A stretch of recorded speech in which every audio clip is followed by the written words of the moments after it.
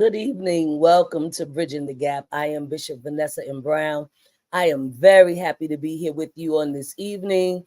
You know what we're here for. We are here talking about uh, HIV and AIDS. And I'm grateful for the HIV Vaccine Trials Network in conjunction with Rivers of Living Water and myself. For many of you who've not had the opportunity to see any of our shows, I want to admonish you to please go back and view some of the great pop-up conversations that we've had. Starting in the month of June, we did them on Sundays, and then July and August, we started them on Mondays. And so this is our last Monday, and I have an outstanding guest for us tonight. Before I go further, let me just tell you that Bridging the Gap curates conversations amongst faith leaders, activists, nonprofit workers, social justice warriors, etc., that focus on addressing HIV, sexual health, and human sexuality. I think those are very important cornerstones to talk about. And we do that from a faith-based perspective. We also provide information on combating religious oppression that impacts the sexual health of Black people and Brown people, and how the Black church can become more invested. I like that. Become more invested in HIV prevention and awareness, human sexuality, bodily autonomy, as well as unpack some of the medical mistrust and traumas that continue to plague the Black community. And so I wanted to have these conversations. I wanted to talk about these things. The HIV Vaccine Trials Network said, "Would you be an ambassador?" I said, yes. And so I want to bring to you our guest for this evening. She is not a stranger to me, but I'm going to allow her to introduce herself in the person of Nala Simone Toussaint. Hello, Hi. Nala. How are you? Hi, Bishop. It's good to join. Thank you for having me. I really appreciate the conversation that is being had between faith leaders. It's so necessary. So I guess I should introduce myself, huh?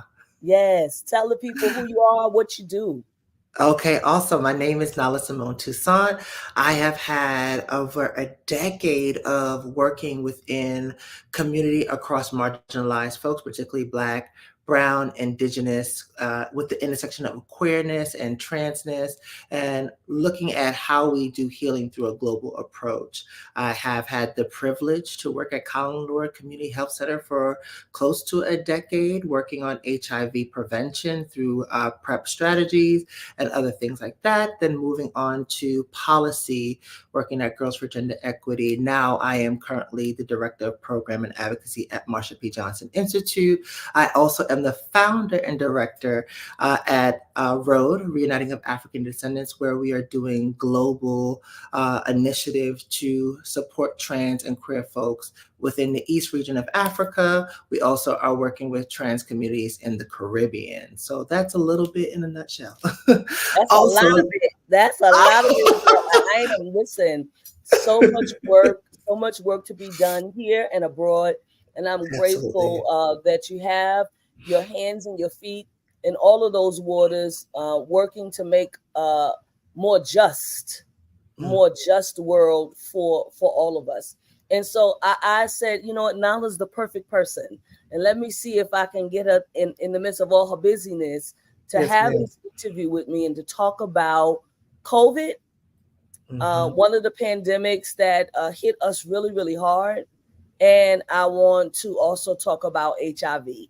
So let's start with COVID. Let's start with the pandemic. We know Yes. that happened in March of 2020, and it affected so many of us terribly. But specifically, I want to talk about how it affected the trans community. Absolutely. Thank you for inviting us back to March 2020. And for many who may or may not know, COVID was something brewing a little bit before March of 2020. March of 2020 is when the world was aware, but we did see some impacts prior to that within the clinic, but not knowing identified as COVID. And as Absolutely. of March 2020, what we have witnessed within an epidemic and pandemic, because really we're in an epidemic and a pandemic. Trans folks have already been navigating spaces of lack there of resources. Yes. And when we're thinking about a virus that impacts the immune system, what we also have to be aware is who gets access to health, who gets access to support, and what are the stigmas that exist that prevent folks not just getting access to resources, but how are they being held? And so Right. many trans folks were already limited to resources around gender affirmation services, while also experiencing discrimination within the healthcare setting, right? And so we're looking at not just a conversation around COVID, but a holistic approach over Mhm. access to care. And Yeah. so, what we have seen for trans folks, many have transitioned not just by the hand of violence or state sanctioned violence, but also at the hand and the negligence within healthcare. And I want to tie it in, but the negligence within our faith leaders, because faith leaders Mhm. have a particular ability to bridge a gap between resources, faith, and holding that spiritual guidance on not Yes. just where somebody is journeying in their life towards their goals with their faith, but also how to be healed, how to have a form of healing and access within that. And so that's a little bit that I can share that a That's a lot lot. of folks would. That's a lot. And it's real. It's real. It's Hmm. real, right? The lack of resources, already Hmm. experiencing lack of resources because they are trans, right? Now Absolutely. there's a pandemic and an epidemic at the same time happening.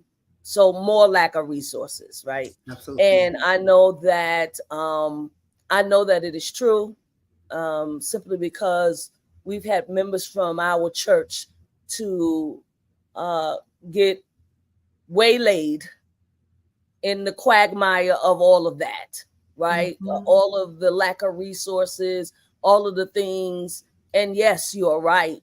Faith leaders, once again, when we should have been at the forefront of this, ended up being on the back end of it and not doing the things that we could have done to shore up our trans community.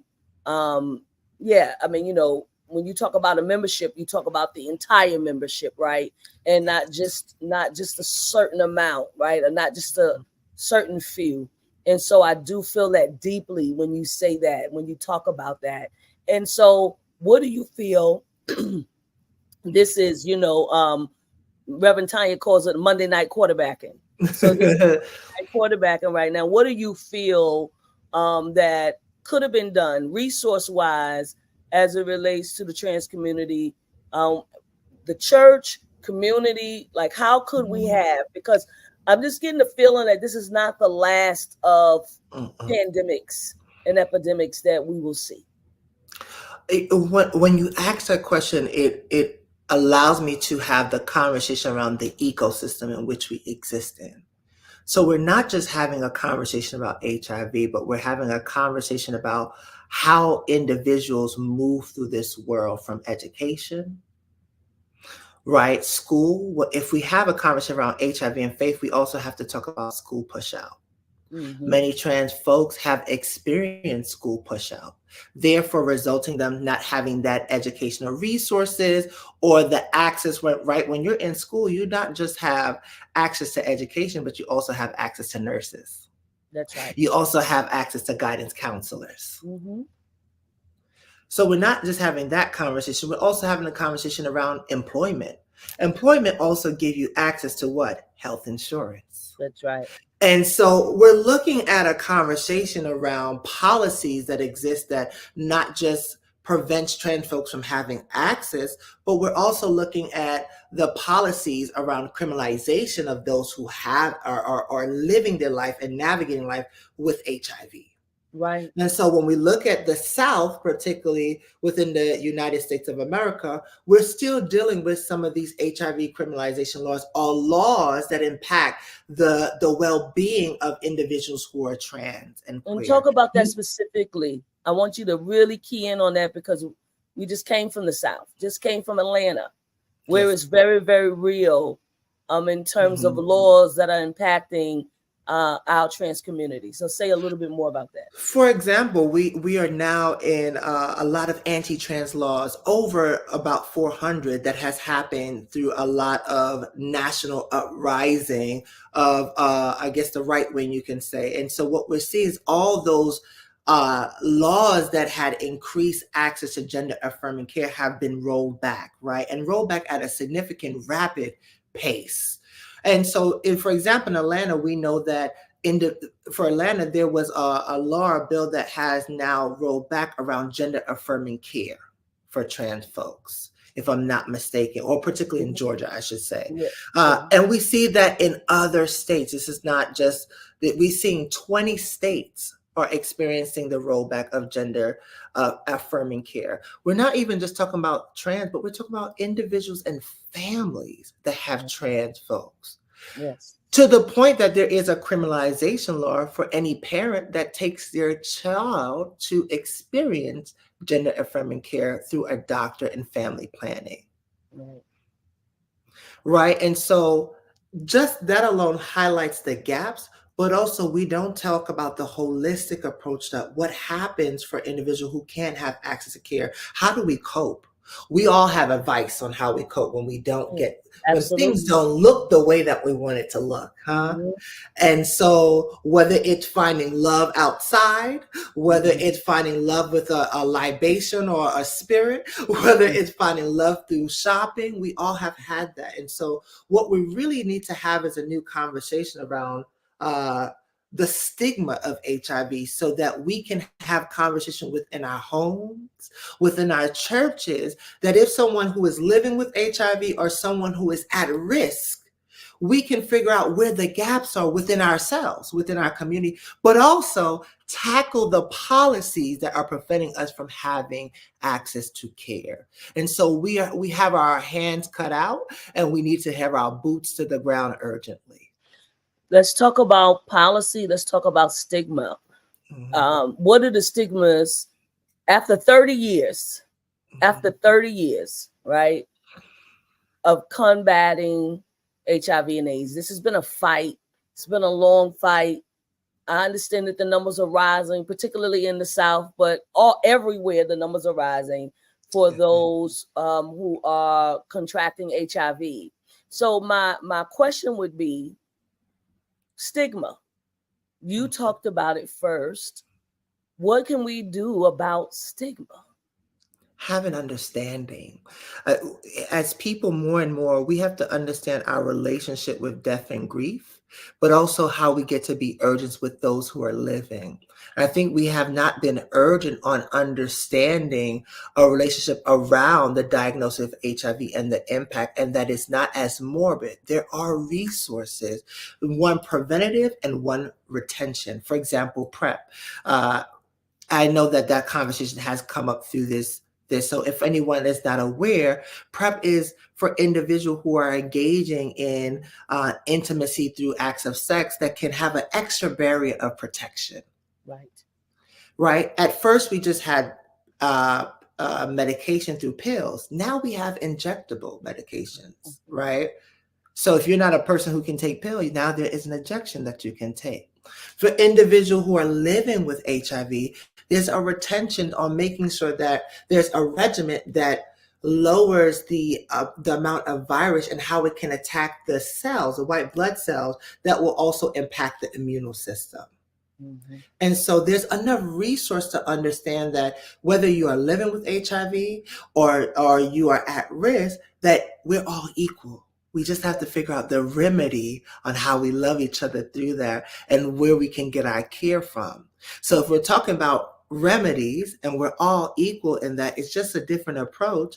What conversation do we need to have more understanding? And I believe what you're doing is one of the starting point of many conversations that we have been having for a long time, I should say, and also recognizing the disparity gaps that have the social determinants where Black and brown folks, Black and brown women haven't had access to some of these trials and the access to conversation that was comprehensive, Yes. that did not shame them when they walked in the door Yes. around health, That's good. around their holistic well-being. And so there is a duality, and it's complex, it's more nuanced than just a black and white conversation about taking a medication That's right. or joining a trial. We're talking Mhm. about people and persons and how we are using language to invite them to be seen and not shamed, that they can talk about their sexual activities and what they've experienced and understand the next remedy that they can take to protect themselves. I can imagine, you can imagine the amount of folks that have come to me being a prep specialist that they had to walk out of the office because the doctor had already shamed them, or they made a preconceived notion about who they had sex with, Right. not leaving room for the Yes. possibilities of their at risk, or who gets left out. For example, trans-masculine folks, when we are thinking about having trial for men who have sex with men, we don't think about trans-masculine folks who have sex with men who are at risk. And so we're Yeah. still having a gap around who's in the conversation and the urgency of who needs to be at the table of these trials and these vaccinations, but also what can we do in our policies and our benefits for those who do not have the resources, the money that they can have. For example, ADAP, Mhm. right? How many people know about ADAP? If you were diagnosed about HIV, that there is a way for you to afford this $3,000 medication. Right. But now let me ask you about ADAP, because I know Yeah. ADAP is in New York City, but Yeah. Is ADAP in other states? It is, depending on the relationship with that state. And I don't want to overspeak. And I think for folks in the chat, I want to invite you into this conversation. If you have a resource that you know about, Yes. and it's not just please put it in the chat. You don't know who's watching who may need that resource. So I That's ask of right. you right now, put in Right. the chat the state that is the resource and what that resource can do, and the link. Let's do I that love it. together. I Let's love bridge that. the gap in this moment. Absolutely. Also love that you said we're talking about individuals where they can be seen and not shamed. I think that the church can Mhm. learn a lot from just that right there. Yes, People ma'am. want to be seen and not shamed. Yes, And I Bishop. think that we've done so much damage Mhm. to the souls of queer folks because we were not seeing them and we were shaming them. Right. Shame comes from a many different place of shoulda, woulda, coulda, right? And so when you Yeah. ask, what could we have done? That place brings about shame. Well, let's have the conversation of what we did not know, what we did not know. And when we Mm, think about theology, there is a spirit of righteousness that we try to yeah. strive for that we end up judging when we're not in alignment with texts and biblical texts, right? Mhm. Not realizing that we are still adapting and adjusting to ways of being on how we hold the minutia and the ways that we exist and love through intimacy as today.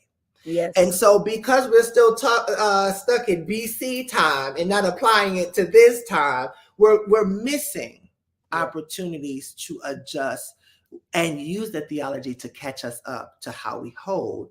And healthcare and healing is a part of theology. We just need to reintegrate the text to make it work with us as we work with the text. I like that. And so you sailed into some waters that I love. You start talking about interrogating, reinterrogating the text. You start talking about theology and those things. Listen, these are the things that the church needs to be nurtured, right? Yeah. Nurtured on more as it relates to community, as it relates to humanity, not just the same Yes. gender loving community, not just marginalized community, but humanity overall. So let's talk Mhm. about that. Let's talk about how, we know that. I'll just talk about the Black church. I only want to talk from my social location. I don't want to venture out into anybody else's water, but how we've used the text to terrorize Mhm. our own, terrorize, Fearmonger, very much fearmonger. fearmonger. Oh my I goodness. mean, like seriously, and Mhm. still do in some spaces that even are affirming what we really have done was and is. We Mhm. become affirming churches, but still practice in cis heteronormative ways, Yeah. right? I In think the about ways. Go ahead. Go ahead. I think about as you're talking, what makes me think about is I remember as a youth, one of the conversation was around abstinency, and I remember going Oh to yeah, A having Catholic abstinence. Yes, yes, after yes, school program that not only gave me the opportunity to have a bit of a stipend, but also to learn about absentee. And I believe when we think about those youth programs, what are the curriculum in which we are teaching them from what lens and frame? So the fear absolutely. monger that comes, if you're thinking about don't do this because if you do this, you get this, you don't bridge the gap of understanding for those who may be experiencing homelessness or displacement or unsheltered or unhoused, what may be their relationship with the street, what Yes, access may be, who's holding them, right? And yes, so when I think about these programs and these conversations, that we need to look about what language we're using from a trauma informed base. If we yes, center everything from a trauma informed lens, then we are saying we have empathy and intimacy. Into me, I see you, which means we're yes. seeing the individuals, particularly amongst Black and Brown folks, Black churches, that we didn't just get here overnight. No, we did not. The increase of Black and Browns around HIV because the lack of conversation, that we just thought it was a white man's disease, that we That's just thought it correct. was a gay man disease, That's and right. then we right, and And that so went on for a long time now, time we did right? ourselves a We disservice, did. and by doing that separation, we add shame.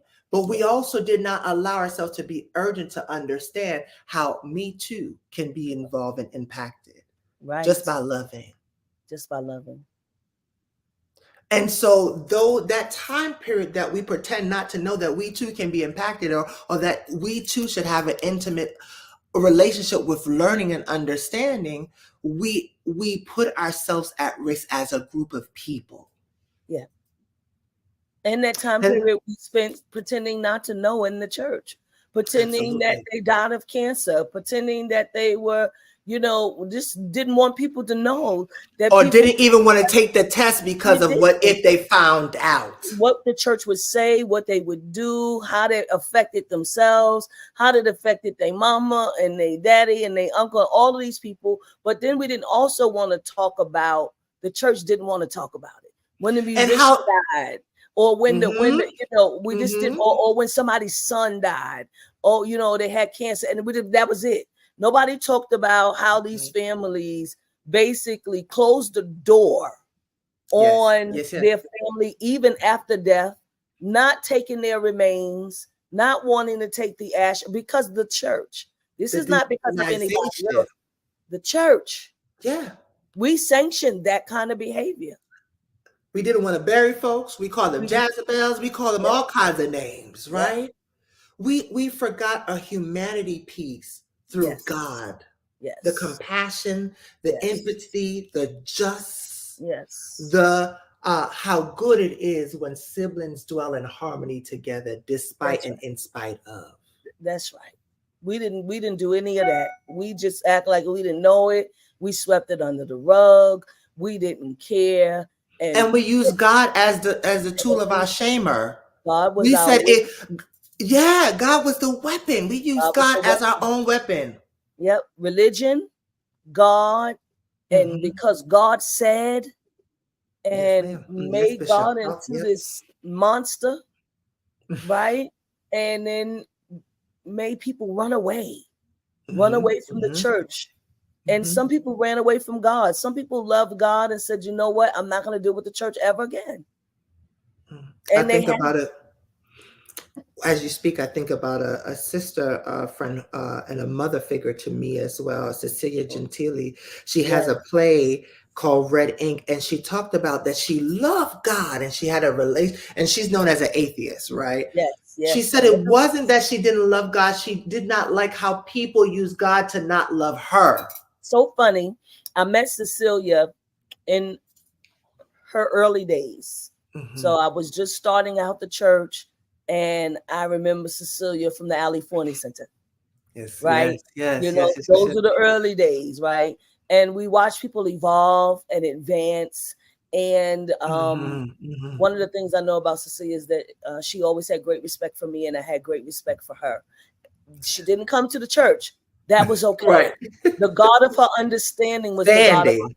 understanding, right? And I think that that is by large and by large, a lot of the community, not all, have decided that hey, there's affirming churches, but you know what? I also want to be involved in indigenous faith, religion. I believe that I want to go back, to Mm-hmm. what I know is inside of me. Mm-hmm. I've had people who said, I'm going to homogenize all this together because this is all me, every Mm-hmm. piece of it. And I want all the pieces of me back as it relates to this. And Mm-hmm. so I think that our conversation around religion, around the Black church, about what we can do, the conversations we can continue to have, right? Because there are others who are coming up still, right? Younger ones, younger than Mm-hmm. what you were, Yeah. younger than what I was coming out. Like, young, so young till I, at their age, I would not have even been thinking about it. But they've got a Mm-hmm. whole force of nature around them saying, this is who I am. I know that I'm 12 years old. I know that I'm 13 years old, but this is who Yes. I am. Yes. And this Yeah. is who I'm going to be.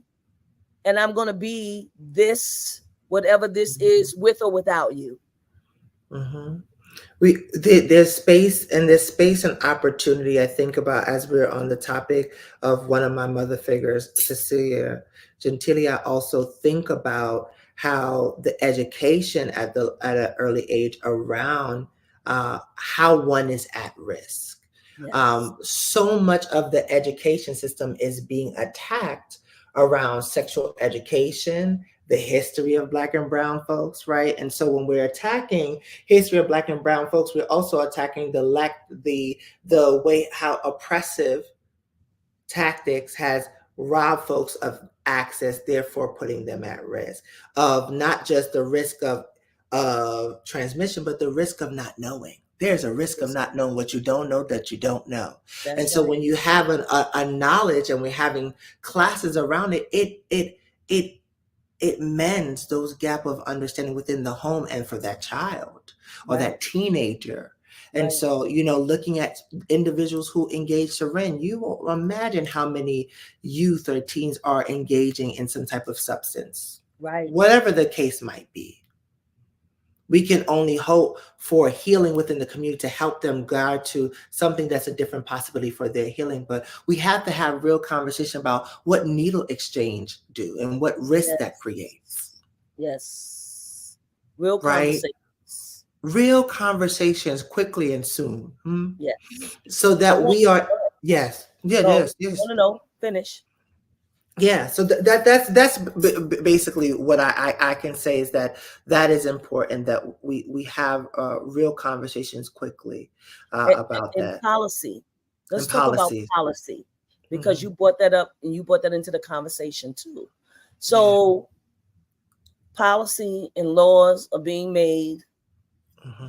indiscriminate or discriminate Hmm. against the LGBTQI community. We've already talked about trans community. Over 500 something laws are on the books, anti-trans laws, right? What can we do about policy? How can we get policy rewritten, or how can we write new policy? Uh, First, I encourage individuals, whether you have the ability to vote or not, right? Because there's that conversation. If we're having a conversation around Black and Brown folks, we have to have a holistic conversation where we recognize we have asylum seekers, we have folks who are undocumented and who are on the margin and at risk. They may not be able to vote. However, they can still inform policy through forms of advocacy and lobbying, right? Yes. Knowing your local assembly members and No, who's for sure. representing the district that you are within. And if Mm-hmm. you're able to not vote, see if that area has participatory budgeting, where it highlights where the money is going, what conversations we're having, whether it's in education, whether it's funding for parks and schools, all of those things, right? But more than ever, and more than ever, we need to be informing folks on how their votes impact. and where their votes and the one in the number is going towards and why they're voting for folks. And I do believe if we're talking about I'm voting for this person over finances, then we're being remiss around healthcare and the connection of that. Sure. And where I hear that. funding goes towards that, right? And so Mhm. we really have to look at who is representing the overall ecosystem of someone's support. Sure. And so I I like want folks to look at their local member. I want them to look at the bills that are anti-trans. I want them to write their letters. At Marsha P. Johnson Institute, we are developing a toolkit where folks have a template on how to write to their elected I officials. love that. That is how you that's a resource right there. Right? Right? Yes. Because it's necessary. We don't know where to start on the margin of the paper, but we have a voice and we have a matter of concern. And if we just have support to put it on pen to paper, then that's the first step. Then the first step Absolutely. is, what is their address? I Mm-hmm. think about call Yes. those elected officials. Yeah, Yes. you might go to voicemail, but leave a nice voicemail and let them know that you want to be heard, huh? That's right. I like she said leave a nice voicemail. Right? That's right. Let the Don't cuss folks them know out. how You their want them to decision call back. impacts you, That's right? right. That's right. But That's more than important. ever, I think church sometimes we kind of tiptoe around policy and advocacy because we want to take a nonpartisan approach. We want to focus on God. We don't want to take an approach on who you should vote for or not. And we need to approach policy from a advocacy, awareness, educational base. Once we educate folks about the policies that impact the community that's within that church, then folks can say, well, now that I'm aware that this policy and who is signing it, I can make an informed decision about who I can choose. That's right. That's right. Issue-based campaigning is necessary. So from a policy standpoint, I do believe folks, wherever you're watching within the your local area, figure out who's your representative and figure out ways how you can support and also what bills they are signing on. Mm-hmm. Mm-hmm. And so for my last, it's not really a question. I want you to just give your own thoughts, your final statement around HIV, around COVID-19, Mhm, those thoughts that you want to leave with the people who, whether they watch it right now, whether they're mhm, watching, or whether they're going to watch it later, that will mhm. have some kind of impact on their direction. I think we are still in a time that we get to be sensitive and we get to be urgent. We get to have empathy towards each other. For COVID-19, we are told, vaccination. Many folks don't do vaccination, right? But let's figure out ways how to come together when we're sharing a safe space to keep each other safe because we don't know what immunocompromise a person may be experiencing and may need that support. Let's not judge somebody for wearing a mask, right? The stigma of like, you must have something. No, we all are trying to protect each other. We're our siblings' keeper. Exactly. And we get to be urgent and understanding. So what I request is that we still be urgent on having support resources around those impacted by COVID-19, whether is in the South, the Midwest, or the North. We Mm-hmm. get to look at resources and funding in areas around HIV trials and vaccinations, right, and preventative measures. Please again look at resources where you can be supported. There are a lot of resources within states and nationally that can be found, and there I do believe there's a database around that as well. So of course I'll circle back and put it in the chat as they come. But look up for resources that will support. Whether it's your Planned Parenthood or your local LGBT community center, but I do believe the church has the ability to start creating their own database. I like What that. would it be for us to create our own database of resources, those living with HIV, those with a family living with HIV, those impacted mental health? Because we don't talk about what it means when an individual family has found out that their loved one is living with HIV. How does that family support? How do our family support with not stigmatizing and giving that isolation because they don't know that what the virus may be and how folks can keep each other safe? Yeah. It's Yes. not a death sentence. It just means No. we get to handle each other with care. That's Yes. all. That's all it is. It's so funny. You mentioned about that resource that churches need to create. And I want to just shout out Maya and those that contributed.